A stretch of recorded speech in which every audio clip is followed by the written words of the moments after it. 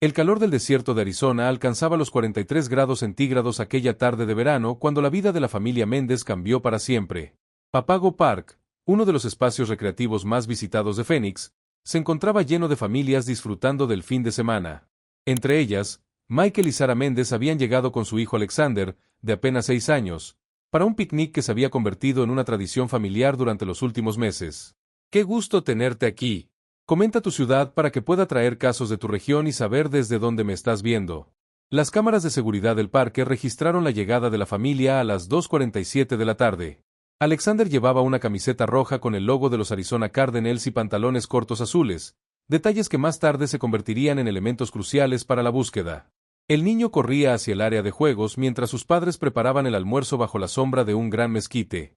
A las 4:15 de la tarde, Sara Méndez se acercó al área de juegos para llamar a Alexander.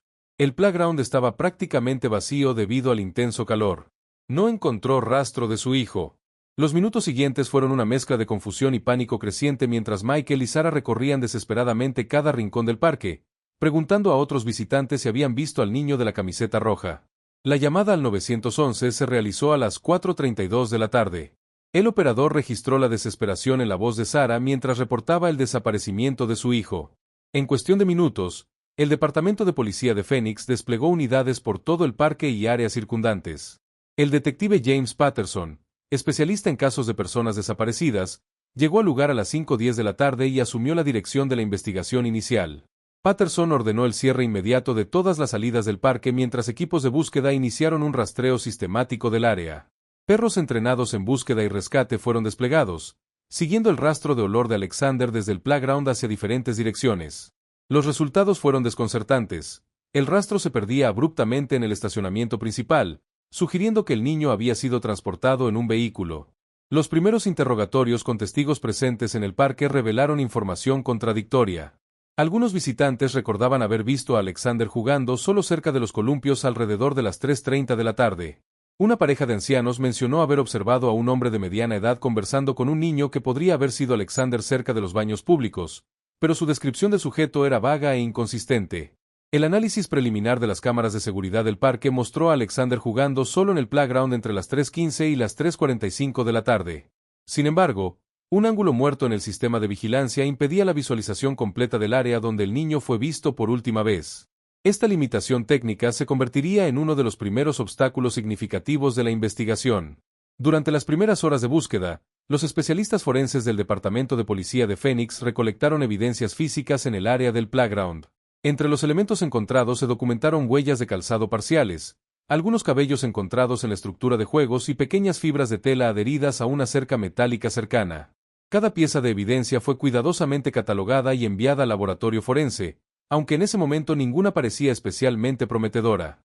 La búsqueda se extendió hasta altas horas de la noche, con reflectores iluminando vastas áreas del parque y el desierto circundante. Voluntarios de la comunidad se sumaron a los esfuerzos oficiales, formando líneas de búsqueda que peinaron meticulosamente cada arbusto y formación rocosa en un radio de 5 kilómetros del último punto donde Alexander fue visto. A medida que pasaban las horas sin resultados positivos, la investigación se amplió para incluir verificaciones de antecedentes de todos los empleados del parque y visitantes frecuentes registrados por las cámaras en días anteriores. El detective Patterson coordinó con departamentos de policía de ciudades vecinas para establecer alertas y puntos de control en carreteras principales, anticipando la posibilidad de que Alexander hubiera sido trasladado fuera del área metropolitana de Phoenix. Los padres de Alexander, devastados por la situación, proporcionaron a los investigadores información detallada sobre las rutinas del niño, sus lugares favoritos y cualquier interacción inusual que pudieran recordar de días anteriores. Michael Méndez mencionó que Alexander era un niño sociable pero cauteloso con extraños, lo que hacía aún más desconcertante su aparente desaparición voluntaria del área de juegos. El primer día de investigación concluyó sin avances significativos, pero con la recolección de múltiples evidencias que requerían análisis exhaustivo. Entre los elementos más prometedores se encontraba un cabello encontrado enganchado en una cerca del parque, aparentemente arrancado con fuerza, que no correspondía a las características físicas de Alexander ni de sus padres. Lo que los investigadores no sabían en ese momento era que esta pequeña evidencia, catalogada rutinariamente como evidencia número 47B en los archivos del caso, permanecería sin analizar durante años debido a las limitaciones tecnológicas de la época. Sería precisamente este cabello el que, 16 años después, proporcionaría la clave para resolver uno de los casos más desconcertantes en la historia del Departamento de Policía de Phoenix. Mientras la noche caía sobre el desierto de Arizona, algo mucho más siniestro de lo que nadie podía imaginar había comenzado a desarrollarse, y las primeras 24 horas críticas del caso apenas habían revelado la superficie de un misterio que desafiaría a los investigadores durante más de una década. Los días siguientes al desaparecimiento de Alexander Méndez marcaron el inicio de una de las investigaciones más extensas en la historia reciente de Arizona. El caso captó la atención nacional cuando las cadenas de televisión comenzaron a transmitir la historia del niño de 6 años que había desaparecido sin dejar rastro en pleno día. La presión mediática y pública intensificó los esfuerzos policiales, llevando al departamento a asignar recursos adicionales al caso.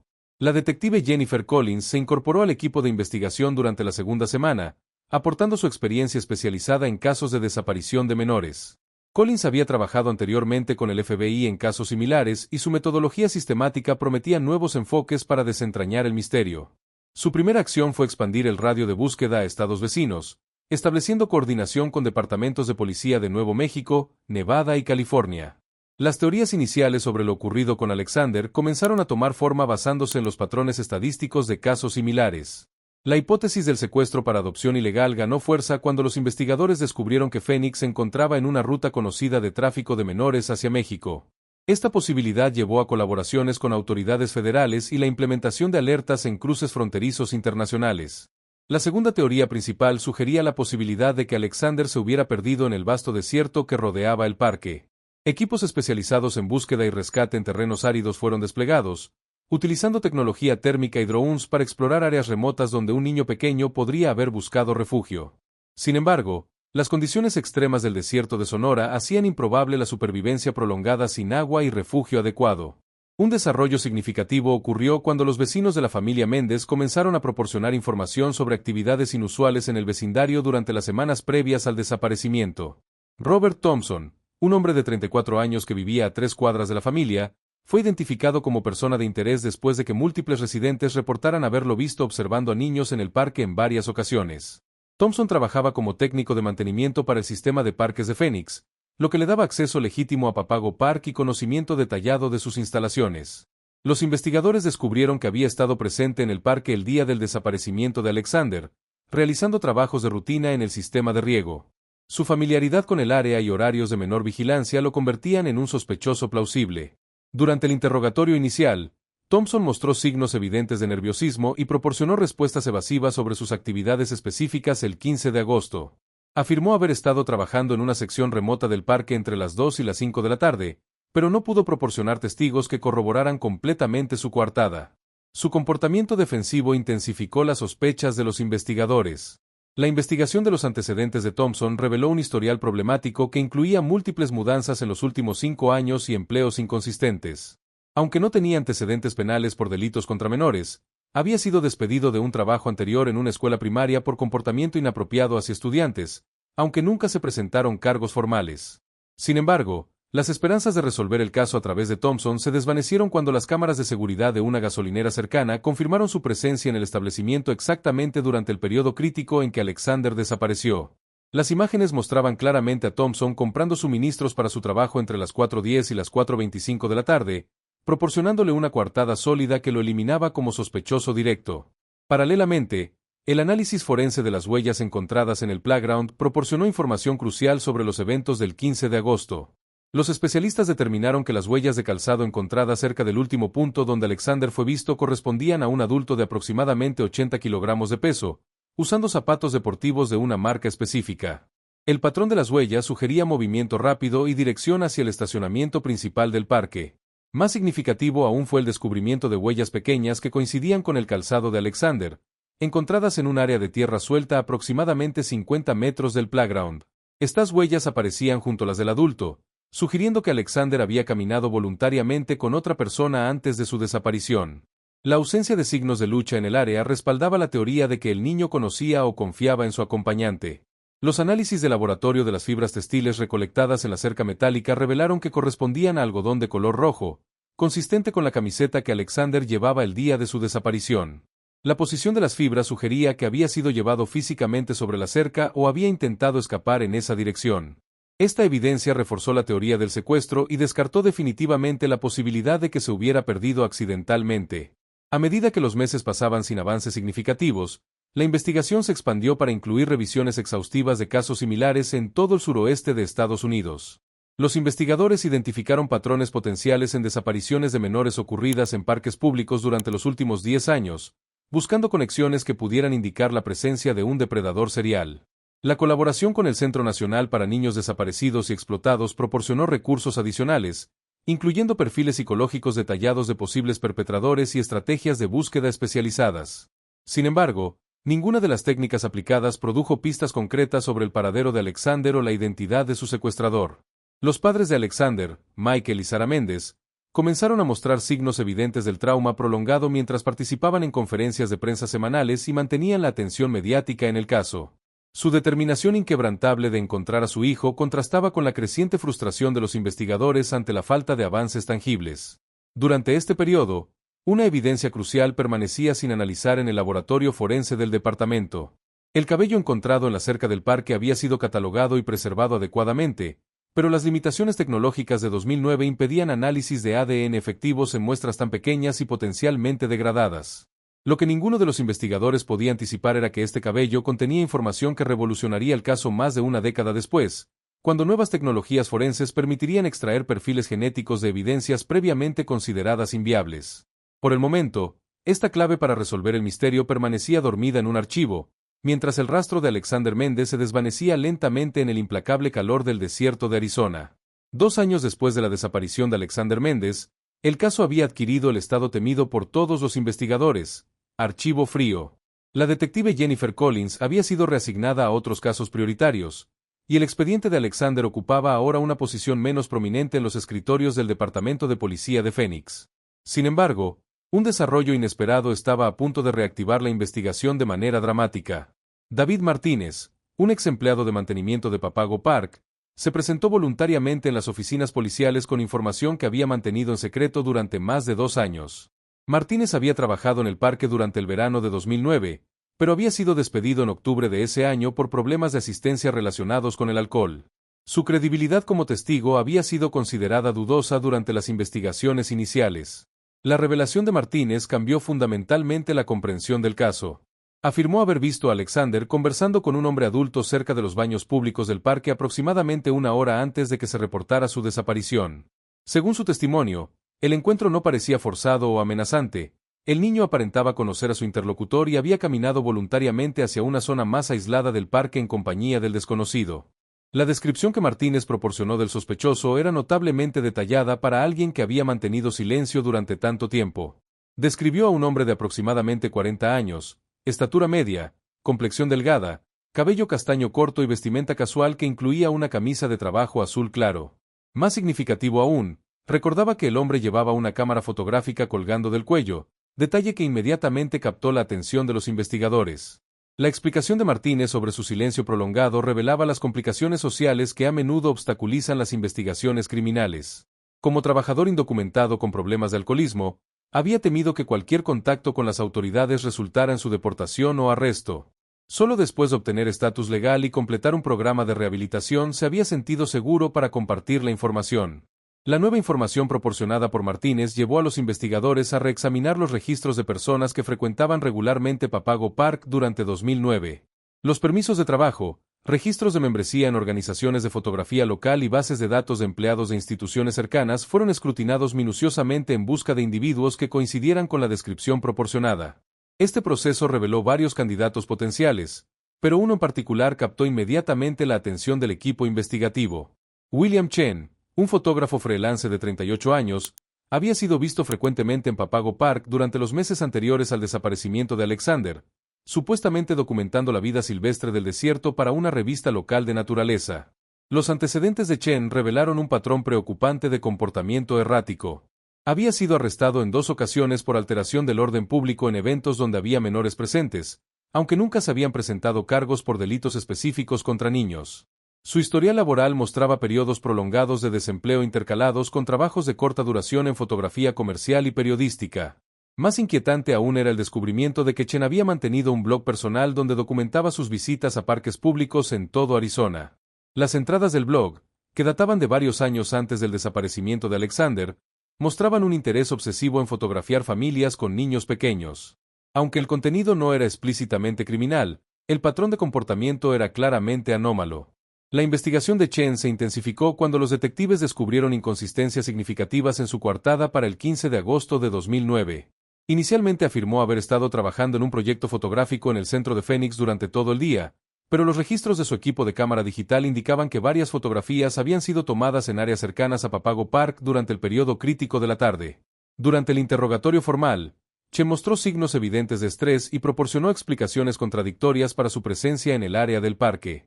Su comportamiento nervioso y la falta de testigos que pudieran corroborar su versión de los eventos intensificaron las sospechas de los investigadores.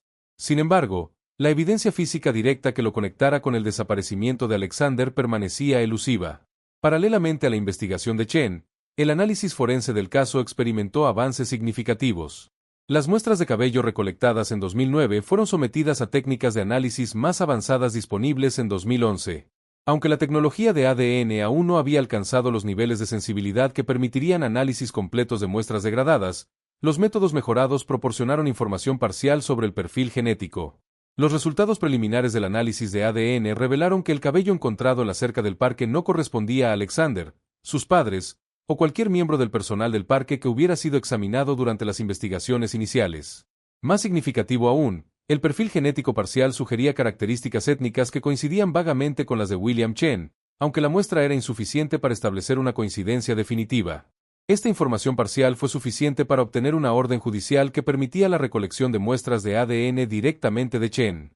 Sin embargo, cuando los investigadores llegaron a su dirección registrada para ejecutar la orden, descubrieron que había abandonado su apartamento abruptamente 2 semanas antes, dejando atrás la mayoría de sus posesiones personales y equipos fotográficos. La búsqueda de Chen se extendió a nivel nacional cuando se emitió una alerta federal. Su vehículo, una camioneta Ford blanca de 2003, fue localizada abandonada en un estacionamiento del aeropuerto de Las Vegas 3 días después de su desaparición. El análisis forense del vehículo reveló evidencias inquietantes, fibras textiles que coincidían con la descripción de la ropa que Alexander llevaba el día de su desaparición, y manchas de sangre en el área de carga que requerían análisis adicional. Los registros de vuelos del aeropuerto de Las Vegas no mostraron ninguna reserva a nombre de William Chen, sugiriendo que había utilizado documentación falsa o había abandonado el vehículo como maniobra de distracción antes de huir por medios terrestres. La investigación se complicó aún más cuando se descubrió que Chen había utilizado múltiples identidades durante los años anteriores al caso. Mientras los investigadores intensificaban la búsqueda de Chen, una revisión más profunda de sus posesiones abandonadas reveló elementos que transformaron el caso de una desaparición a una posible red de actividades criminales más amplia. Entre sus equipos fotográficos se encontraron cientos de imágenes de niños tomadas en parques públicos de todo el suroeste, muchas de las cuales habían sido capturadas sin el conocimiento o consentimiento de las familias. De particular interés era una serie de fotografías tomadas en Papago Park durante las semanas anteriores al desaparecimiento de Alexander. Las imágenes mostraban al niño jugando en diferentes ocasiones, sugiriendo que Chen había estado observando y documentando a la familia Méndez durante un periodo prolongado antes del 15 de agosto. Esta evidencia respaldaba la teoría de que el desaparecimiento había sido premeditado y cuidadosamente planificado. Sin embargo, a pesar de estos desarrollos prometedores, la ubicación física de Alexander permanecía desconocida, y William Chen había desaparecido efectivamente. Los esfuerzos de búsqueda se intensificaron en múltiples estados, pero el rastro se había enfriado significativamente. Los investigadores comenzaron a enfrentar la posibilidad de que Chen hubiera huido del país o hubiera asumido una nueva identidad completamente. La evidencia recolectada hasta ese punto pintaba un cuadro inquietante de planificación criminal sistemática, pero la falta de evidencia física definitiva que conectara a Chen directamente con el desaparecimiento de Alexander continuaba siendo un obstáculo para el procesamiento legal. Más frustrante aún era la realización de que el paradero actual del niño permanecía completamente desconocido. Lo que los investigadores no sabían en ese momento era que la evidencia más crucial para resolver el caso ya estaba en su posesión, preservada cuidadosamente en los archivos forenses. El cabello encontrado en la cerca del parque en 2009 contenía información genética que, con la tecnología adecuada, no solo identificaría definitivamente al perpetrador, sino que revelaría una verdad aún más impactante sobre el destino de Alexander Méndez y la verdadera naturaleza del crimen que había destruido a una familia. 16 años después del desaparecimiento de Alexander Méndez, el agente especial del FBI Anthony Rodríguez iniciaba lo que se convertiría en uno de los días más extraordinarios de su carrera investigativa. Como parte de la unidad de análisis de casos fríos, Rodríguez había sido asignado a un proyecto piloto que utilizaba tecnología de última generación para reexaminar evidencias forenses de casos sin resolver que databan de la década anterior. El laboratorio forense de Quantico había desarrollado nuevas técnicas de amplificación de ADN que permitían extraer perfiles genéticos completos de muestras extremadamente degradadas o microscópicas. Estas tecnologías, impensables en 2009, ahora hacían posible analizar evidencias que anteriormente se consideraban inviables para procesamiento. El caso de Alexander Méndez había sido seleccionado para análisis debido a la calidad excepcional de preservación de las evidencias recolectadas. La muestra de cabello catalogada como evidencia 47B había permanecido almacenada en condiciones óptimas durante más de década y media. Los protocolos de preservación implementados por el Departamento de Policía de Phoenix en 2009 habían mantenido la integridad genética de la muestra de manera que permitía el análisis avanzado. Rodríguez personalmente supervisó la extracción y amplificación del ADN, un proceso que requería equipos especializados valorados en millones de dólares. Los resultados del análisis genético llegaron 72 horas después, acompañados de una notificación automática del Sistema Nacional de Identificación de ADN que indicaba una coincidencia positiva en la base de datos. Rodríguez esperaba encontrar una correspondencia con algún criminal registrado, pero lo que apareció en su pantalla desafió toda lógica y comprensión del caso que había estudiado meticulosamente durante semanas. El perfil genético extraído del cabello correspondía a Thomas Harrison, un hombre de 45 años que había sido arrestado en Nuevo México en 2023 por delitos relacionados con falsificación de documentos y evasión fiscal. Harrison no tenía antecedentes por delitos violentos o crímenes contra menores, y su perfil criminal no coincidía con ninguna de las teorías desarrolladas durante la investigación original. Más desconcertante aún era el hecho de que Harrison no aparecía en ninguno de los registros o investigaciones relacionadas con el caso Alexander Méndez. Rodríguez inmediatamente coordinó con las autoridades de Nuevo México para obtener información adicional sobre Harrison. Lo que descubrió transformó completamente su comprensión del caso. Harrison había sido arrestado en una propiedad rural remota donde vivía bajo una identidad parcialmente falsa, manteniendo documentación legal mixta que había dificultado su identificación completa durante el procesamiento inicial. Más significativo aún era el descubrimiento de que Harrison poseía múltiples propiedades rurales distribuidas por Arizona, Nuevo México y Nevada, adquiridas durante los últimos 15 años bajo diferentes variaciones de su nombre legal. Estas propiedades, ubicadas en áreas remotas del desierto, habían sido compradas con efectivo y mantenidas con un nivel de secreto que sugería actividades ilícitas. La investigación de antecedentes más profunda reveló que Harrison había residido en Phoenix durante 2009, trabajando esporádicamente como contratista independiente en proyectos de construcción y mantenimiento. Los registros laborales mostraban que había trabajado en varios proyectos cerca de Papago Park durante los meses anteriores al desaparecimiento de Alexander, aunque nunca había sido identificado o entrevistado durante las investigaciones originales. Cuando Rodríguez confrontó a Harrison en la prisión estatal de Nuevo México, el sospechoso inicialmente negó cualquier conocimiento del caso Alexander Méndez. Sin embargo, su comportamiento durante el interrogatorio sugería familiaridad con los detalles del caso que no habían sido hechos públicos. Harrison mostraba signos evidentes de ansiedad cuando se mencionaban elementos específicos de la investigación, particularmente referencias a evidencias físicas encontradas en Papago Park. La búsqueda de las propiedades de Harrison requirió coordinación entre múltiples jurisdicciones y el despliegue de equipos forenses especializados. La primera propiedad investigada, ubicada en una área remota del condado de Maricopa en Arizona, revelaba signos de ocupación prolongada y modificaciones estructurales que sugerían su uso para confinamiento.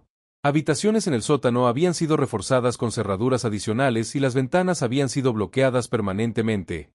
Más inquietante era el descubrimiento de una habitación que contenía artículos claramente destinados a un niño, juguetes, ropa en varias tallas que correspondían al crecimiento de un menor durante varios años, y materiales educativos básicos. Los análisis forenses de estos elementos revelaron que habían sido utilizados recientemente, sugiriendo que la habitación había estado ocupada hasta poco antes del arresto de Harrison en 2023. El hallazgo más impactante llegó cuando los investigadores descubrieron una colección de fotografías escondidas en un compartimento secreto de la propiedad. Las imágenes documentaban el crecimiento de un niño durante más de una década, comenzando con fotografías que mostraban claramente a Alexander Méndez a los 6 años de edad. Las fotografías posteriores mostraban al mismo niño envejeciendo gradualmente hasta convertirse en un joven adulto. Las imágenes más recientes mostraban a un joven de aproximadamente 22 años que, aunque había cambiado significativamente debido al crecimiento natural, mantenía características físicas identificables que correspondían a la progresión etaria esperada de Alexander. Los investigadores utilizaron software de reconocimiento facial para comparar las fotografías con imágenes de Alexander de 2009, confirmando una correspondencia estadísticamente significativa. Esta evidencia fotográfica revolucionó completamente la investigación del caso. Alexander Méndez no solo había sobrevivido a su secuestro, sino que aparentemente había sido mantenido vivo durante más de 15 años. Las implicaciones de este descubrimiento eran abrumadoras. Representaba uno de los pocos casos documentados de supervivencia a largo plazo en una situación de secuestro de menores. Sin embargo, las fotografías más recientes databan de aproximadamente 2 años antes, y la ubicación actual de Alexander permanecía desconocida. Los investigadores enfrentaron la posibilidad de que Harrison hubiera transferido a su víctima a otra ubicación, o en el peor de los casos, que algo hubiera ocurrido que pusiera fin al confinamiento prolongado. La búsqueda se intensificó cuando el análisis de registros financieros de Harrison reveló transacciones recientes que sugerían el mantenimiento de propiedades adicionales no descubiertas previamente. Transferencias bancarias a cuentas asociadas con compañías de servicios públicos en áreas remotas de Arizona indicaban que Harrison mantenía al menos una propiedad adicional donde Alexander podría estar siendo retenido. Rodríguez coordinó operaciones de búsqueda simultáneas en 3 ubicaciones diferentes basadas en el análisis de los registros financieros. Equipos del FBI, autoridades estatales y locales se desplegaron en un radio de 200 millas alrededor de Phoenix, preparados para lo que podría ser la operación de rescate más importante en la historia reciente de casos de personas desaparecidas. La presión del tiempo era crítica. Harrison se había negado a proporcionar información sobre la ubicación de Alexander, y los investigadores temían que cualquier demora pudiera resultar en la pérdida de la oportunidad de rescatar a la víctima. Más preocupante aún era la posibilidad de que Harrison hubiera establecido medidas de contingencia que pusieran en peligro a Alexander si su arresto se descubría. Durante este periodo crítico, Rodríguez mantuvo comunicación constante con Michael y Sarah Méndez, quienes habían sido informados del desarrollo extraordinario del caso. Después de 16 años de incertidumbre y dolor, la familia enfrentaba la posibilidad simultáneamente esperanzadora y aterrorizante de que su hijo pudiera estar vivo, pero en circunstancias que desafiaban la comprensión. Los análisis psicológicos preliminares sugerían que Alexander, de estar vivo, habría experimentado traumas profundos que complicarían cualquier proceso de reunificación familiar. Los expertos en síndrome de Estocolmo y trauma prolongado fueron consultados para preparar protocolos de acercamiento que minimizaran el impacto psicológico adicional sobre la víctima. Lo que ninguno de los investigadores podía predecir completamente era la complejidad emocional y psicológica que aguardaba cuando finalmente localizaran a Alexander Méndez después de más de década y media de cautiverio. La operación de rescate que se avecinaba no solo buscaría recuperar a una víctima, sino confrontar las consecuencias devastadoras de uno de los crímenes más prolongados en la historia moderna de secuestros de menores. A las 4:30 de la madrugada, bajo la tenue luz del amanecer del desierto, 3 equipos tácticos del FBI se posicionaron simultáneamente en ubicaciones remotas de Arizona para ejecutar la operación más compleja de rescate en la historia reciente del estado. El agente especial Anthony Rodríguez coordinaba desde el centro de comando móvil establecido a 5 millas de la propiedad principal, donde los análisis financieros sugerían la mayor probabilidad de encontrar a Alexander Méndez. La propiedad objetivo se encontraba en una zona árida a 60 millas al noreste de Phoenix, accesible únicamente por un camino de tierra que serpenteaba entre formaciones rocosas y vegetación desértica. Los mapas satelitales revelaban una estructura modesta de una sola planta con un sótano excavado, rodeada por un perímetro de cerca de alambre que había sido instalado recientemente. La ubicación aislada había permitido a Harrison mantener sus actividades completamente fuera del escrutinio público durante años. Los equipos de vigilancia habían confirmado actividad en la propiedad durante las 48 horas anteriores. Señales de calor detectadas por drones térmicos indicaban la presencia de al menos 2 personas en el interior de la estructura principal. Una de las firmas térmicas correspondía a un adulto que se movía regularmente por diferentes áreas de la casa, mientras que la segunda permanecía confinada principalmente al área del sótano, un patrón que reforzaba la sospecha sobre la situación de cautiverio. El plan operacional desarrollado por Rodríguez requería precisión absoluta para evitar poner en peligro a la potencial víctima. Los equipos tácticos habían sido instruidos para priorizar la seguridad de Alexander por encima de la captura del perpetrador, reconociendo que después de 16 años de cautiverio, cualquier alteración súbita del ambiente podría resultar traumática o peligrosa para la víctima. Los primeros movimientos comenzaron cuando el equipo Alfa se posicionó en el perímetro norte de la propiedad, utilizando la cobertura de grandes rocas del desierto para acercarse sin ser detectados. Simultáneamente, el equipo Beta rodeó la estructura desde el este, donde las imágenes satelitales habían identificado lo que parecía ser una entrada al sótano separada de la entrada principal de la casa.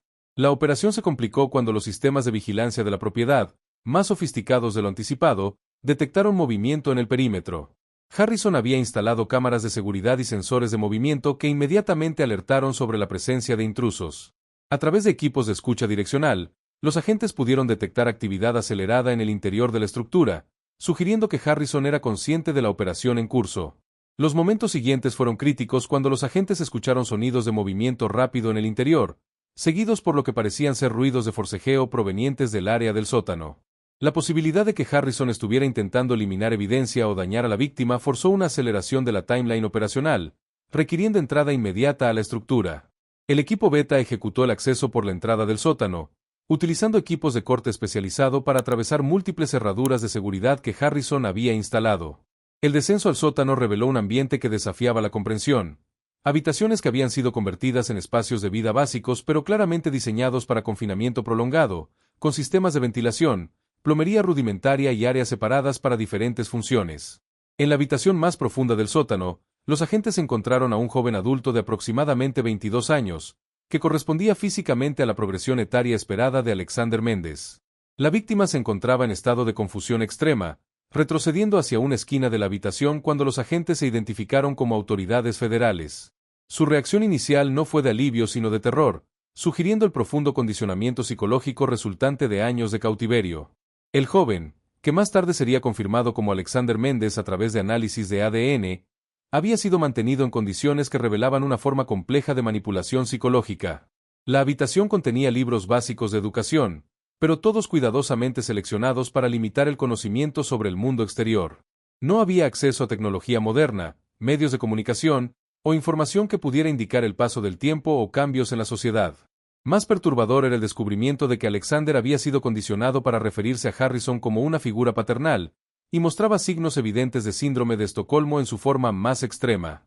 Durante los primeros momentos del rescate, expresó preocupación por el bienestar de Harrison y resistencia a acompañar a los agentes, requiriendo la intervención de psicólogos especializados que habían sido incluidos en el equipo de rescate. Mientras tanto, el equipo Alpha había localizado a Harrison en el nivel principal de la casa, donde había estado intentando destruir documentos y equipos electrónicos. Su captura reveló la extensión de su operación, múltiples identidades falsas, documentación detallada sobre el cuidado prolongado de Alexander, y evidencias de planificación meticulosa para mantener el cautiverio indefinidamente sin detección. Harrison había desarrollado un sistema complejo para explicar la presencia de Alexander sin despertar sospechas. Los registros encontrados mostraban que había creado una identidad falsa para Alexander como su hijo adoptado, utilizando documentación falsificada que había sido lo suficientemente convincente para permitir acceso a servicios básicos sin escrutinio oficial. Esta fabricación de identidad había sido mantenida durante más de una década. El análisis de los documentos personales de Harrison reveló motivaciones que desafiaban la comprensión psicológica convencional. Sus escritos personales describían una obsesión con crear lo que él consideraba una familia perfecta, donde podría ejercer control total sobre cada aspecto de la vida de Alexander. No había evidencia de motivaciones financieras tradicionales. Más bien, el crimen parecía estar impulsado por deseos de control y posesión absolutas. La evaluación médica preliminar de Alexander reveló que había sido mantenido en condiciones físicas relativamente buenas, sugiriendo que Harrison había invertido esfuerzo considerable en preservar la salud de su víctima. Sin embargo, las evaluaciones psicológicas inmediatas indicaron trauma profundo y complejo que requeriría años de terapia especializada para ser procesado adecuadamente. La reacción de Alexander a la información sobre su familia biológica fue particularmente desgarradora. Después de 16 años de cautiverio, sus memorias de la vida anterior al secuestro habían sido sistemáticamente suprimidas o distorsionadas por Harrison. No recordaba claramente a sus padres biológicos y había sido condicionado para creer que había sido abandonado por ellos, una mentira que Harrison había reforzado durante años. Los protocolos de reunificación familiar desarrollados para el caso requerían un proceso gradual de reintroducción que respetara el estado psicológico frágil de Alexander. Los especialistas en trauma reconocieron que intentar una reunión inmediata con Michael y Sara Méndez podría resultar más traumático que beneficioso para alguien que había sido condicionado durante más de la mitad de su vida. El traslado de Alexander a una instalación médica especializada en Phoenix marcó el comienzo de lo que sería un proceso de recuperación extraordinariamente complejo. Los médicos y psicólogos enfrentaron el desafío sin precedentes de tratar a una víctima de secuestro que había sido mantenida en cautiverio durante la mayoría de su desarrollo cognitivo y emocional. Harrison, durante su procesamiento inicial, se negó a proporcionar información adicional sobre sus métodos o motivaciones. Su comportamiento durante los interrogatorios sugería una falta completa de remordimiento, manteniendo la posición de que había proporcionado a Alexander un ambiente superior al que habría tenido con su familia biológica. Esta racionalización distorsionada proporcionaba una ventana inquietante hacia la mente de un perpetrador que había planificado y ejecutado uno de los crímenes más prolongados en la historia moderna. Los investigadores comenzaron a reconocer que el caso de Alexander Méndez representaba territorio completamente inexplorado en términos de recuperación de víctimas y procesamiento legal. Las complejidades psicológicas, legales y médicas involucradas requerirían enfoques innovadores que no tenían precedentes en el sistema de justicia criminal, preparando el escenario para un proceso judicial que desafiaría todos los marcos legales convencionales. 7 meses después del rescate extraordinario de Alexander Méndez, la sala del Tribunal del Condado de Maricopa se preparaba para lo que se había convertido en uno de los juicios más seguidos en la historia reciente de Arizona. El caso del Estado contra Thomas Harrison había captado la atención nacional e internacional, no solo por la naturaleza única del crimen, sino por las complejas cuestiones legales y psicológicas que presentaba. Alexander, ahora identificado oficialmente bajo su nombre verdadero después de años viviendo bajo la identidad falsificada de Ethan Harrison, había experimentado un proceso de recuperación que desafiaba todos los protocolos establecidos para víctimas de trauma prolongado. Los meses de terapia intensiva habían producido avances graduales en su comprensión de la realidad de su situación, aunque el proceso de sanación mental permanecía en sus etapas iniciales. La reunión con sus padres biológicos, Michael y Sarah Méndez, había ocurrido bajo supervisión psicológica estricta después de 3 meses de preparación cuidadosa. El encuentro inicial había sido agridulce. Mientras Alexander mostraba signos de reconocimiento facial vago de sus padres, las conexiones emocionales que habían existido durante sus primeros 6 años de vida requerían reconstrucción completa. Los Méndez enfrentaban la realidad devastadora de que su hijo era esencialmente un extraño que necesitaba reaprender cómo confiar y formar vínculos familiares. El procesamiento legal de Harrison había revelado la extensión completa de su planificación criminal. Los investigadores descubrieron que había estado observando a la familia Méndez durante meses antes del secuestro, documentando meticulosamente las rutinas familiares e identificando oportunidades para acceder a Alexander. Su obsesión no era aleatoria. Había seleccionado específicamente a Alexander basándose en características físicas y comportamentales que correspondían a sus fantasías distorsionadas sobre la familia perfecta. Las evidencias presentadas durante el juicio pintaron un cuadro inquietante de manipulación psicológica sistemática. Harrison había empleado técnicas de condicionamiento que gradualmente habían erosionado las memorias de Alexander sobre su vida anterior, reemplazándolas con narrativas fabricadas que justificaban su cautiverio. Los registros detallados que Harrison había mantenido durante 16 años documentaban cada aspecto de este proceso de lavado cerebral, proporcionando evidencia irrefutable de premeditación y crueldad extrema. Los testimonios de expertos en psicología forense revelaron que Harrison había utilizado técnicas de aislamiento social, control de información y refuerzo positivo selectivo para crear dependencia emocional total. Alexander había sido condicionado para creer que el mundo exterior era peligroso y que Harrison era su única fuente de seguridad y protección. Esta manipulación había sido tan efectiva que incluso después del rescate, Alexander continuaba experimentando ansiedad cuando se separaba de ambientes controlados. La defensa de Harrison había intentado argumentar enfermedad mental, presentando evaluaciones psiquiátricas que sugerían desórdenes de personalidad severos. Sin embargo, los fiscales demostraron exitosamente que Harrison había mantenido plena conciencia de la naturaleza criminal de sus acciones, como evidenciaba su elaborada planificación para evitar detección y sus esfuerzos para destruir evidencia cuando fue confrontado por las autoridades. Uno de los aspectos más complejos del juicio involucró el testimonio del propio Alexander. Los psicólogos habían trabajado durante meses para prepararlo para testificar, reconociendo que su testimonio era crucial para asegurar una condena, pero también que el proceso podría ser retraumatizante. Su testimonio, entregado a través de circuito cerrado de televisión para minimizar el estrés, fue desgarrador en su descripción de años de aislamiento y manipulación. Alexander describió cómo Harrison había construido gradualmente una realidad alternativa donde sus padres biológicos lo habían abandonado voluntariamente. Relató cómo había sido condicionado para sentir gratitud hacia Harrison por rescatarlo de una situación supuestamente peligrosa, y como cualquier cuestionamiento de esta narrativa resultaba en periodos de aislamiento y privación emocional que reforzaban la dependencia. La evidencia forense presentada incluía no solo el cabello encontrado en Papago Park en 2009, sino también análisis de ADN de múltiples elementos encontrados en las propiedades de Harrison. Los investigadores habían descubierto que Harrison había mantenido muestras de cabello de Alexander durante los años de cautiverio, aparentemente como una forma de documentar su crecimiento. Esta evidencia proporcionaba una línea de tiempo detallada del crimen que se extendía por más de década y media. Los registros financieros presentados durante el juicio revelaron el costo extraordinario de mantener el cautiverio prolongado. Harrison había gastado cientos de miles de dólares durante los años para mantener múltiples propiedades, proporcionar cuidado médico clandestino cuando era necesario, y adquirir materiales educativos y de subsistencia. Esta inversión financiera sustancial refutaba cualquier argumento de que el crimen había sido impulsivo o no planificado. El testimonio de Michael y Sarah Méndez proporcionó una dimensión emocional devastadora al juicio. Describieron 16 años de incertidumbre agonizante, la destrucción de su matrimonio debido al estrés del caso, y su eventual reconciliación cuando Alexander fue encontrado. Su testimonio sobre el impacto del crimen en sus vidas proporcionó al tribunal una comprensión clara del daño extenso causado no solo a la víctima directa, sino a toda la familia. La fase de determinación de sentencia del juicio incluyó testimonios de múltiples expertos sobre el precedente legal que el caso establecería.